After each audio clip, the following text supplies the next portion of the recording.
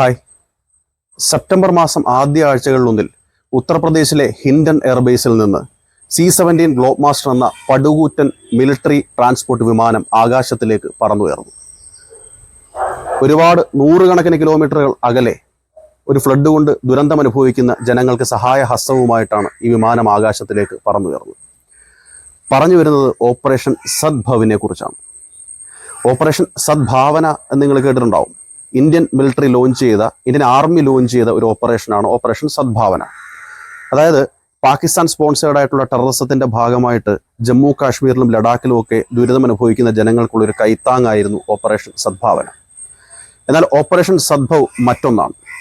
ഈ അടുത്തായിട്ട് typhoon Yagi എന്ന ചുഴലിക്കാറ്റ് നമ്മുടെ തൊട്ടടുത്ത രാജ്യങ്ങളായിട്ടുള്ള വിയറ്റ്നാം, ലാവോസ്, മ്യാൻമാർ തുടങ്ങിയ സ്ഥലങ്ങളിൽ ഒരുപാട് ബുദ്ധിമുട്ടുകൾ ഉണ്ടാക്കിയത് നമ്മൾ വായിച്ചതാണ്.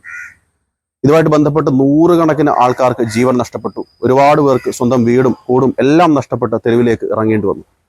ഈ ജനങ്ങൾക്ക് സഹായഹസ്തവുമായിട്ടാണ് ഈ ഓപ്പറേഷൻ സദ്ഭവുമായിട്ട് ഇന്ത്യ മുമ്പോട്ട് വരുന്നത്.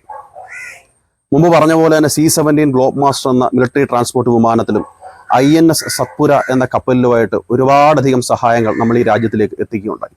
ഏതാണ്ട് 55 ടണ്ണിൽ കൂടുതൽ സഹായങ്ങൾ എത്തിച്ചതായിട്ടാണ് പറയുന്നത്. പ്രധാനമായിട്ടും ഏറ്റവും കൂടുതൽ ദുരിതം അനുഭവിക്കപ്പെട്ട വിയറ്റ്നാം എന്ന് പറയുന്ന രാജ്യത്തിലേക്ക്, കൂടാതെ നമ്മുടെ തൊട്ടടുത്ത് അതിർത്തി പങ്കിടുന്ന മ്യാൻമാറിലേക്ക്, കൂടാതെ ലാവോസിലേക്ക്.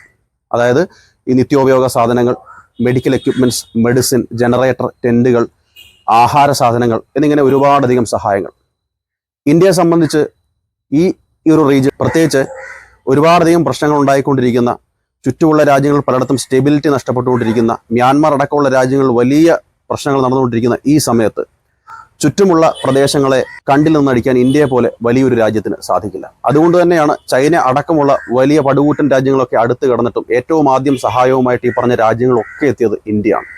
അപ്പോൾ അത്തരത്തിൽ ഇന്ത്യ നൽകിയ സഹായത്തിന് ജനങ്ങളും രാജ്യവും ഒരേപോലെ നന്ദി പറയുകയും ചെയ്തു.